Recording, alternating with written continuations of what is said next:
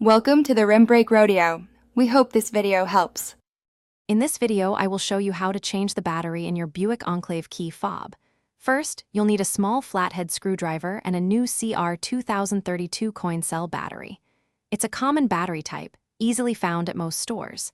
Make sure you have a clean, well-lit area to work in. This simple task is straightforward and should only take a few minutes, saving you a trip to the dealership. Let's get started. Now, let's open the key fob. Look for a small slot, usually on the side where the key ring attaches. Take your small flathead screwdriver and gently insert it into this slot. With a slight twist or prying motion, the two halves of the key fob should begin to separate. Be careful not to use too much force, as the plastic can be delicate. Once you feel it give, you can carefully pull the halves apart by hand. With the key fob open, you'll see the old battery. Pay attention to its orientation, usually with the positive, plus, side facing up. Use your screwdriver to gently pry out the old CR 2032 battery. It should pop out easily.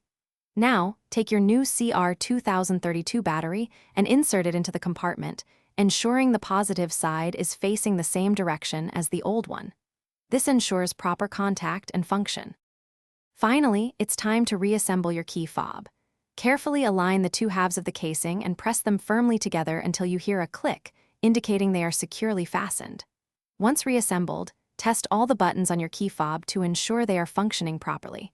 You should see the indicator light flash with each press.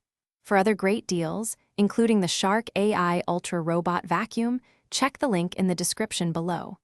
Enjoy your fully functional key fob. Thanks for watching. Consider subscribing if we helped you.